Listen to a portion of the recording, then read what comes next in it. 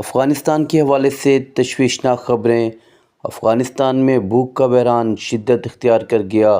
اقوام متحدہ کے مطابق افغانستان میں غذائی قلت کا شکار بچوں کی تعداد تقریباً 40 لاکھ تک پہنچنے کا امکان۔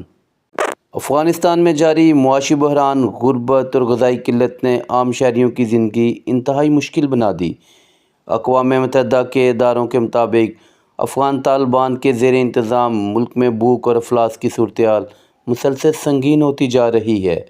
خاص طور پر موسم سرما کے دوران حالات مزید خراب ہونے کا خدشہ ہے۔ اقوام متحدہ کے ورلڈ فوڈ پروگرام WFP کی رپورٹ کے مطابق افغانستان میں 1.70 کروڑ افراد غذائی قلت اور شدید بھوک کا سامنا کرتے ہوئے سرد موسم گزارنے پر مجبور ہیں۔ رپورٹ میں خبردار کیا گیا کہ خوراک کی کمی لاکھوں خاندانوں کی زندگی اور موت کا مسئلہ بن سکتی ہے۔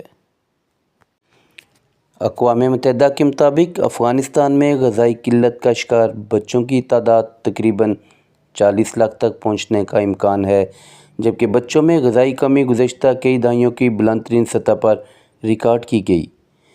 اقوام متحدہ کا کہنا ہے کہ شدید معاشی بحران، روزگار کے محدود مواقع اور کمزور معیشت نے عوام کی آمدنی اور بنیادی ضروریات تک رسائی کو بری طرح متاثر کیا، جس کے باعث عام شہری شدید مشکلات کا شکار ہیں۔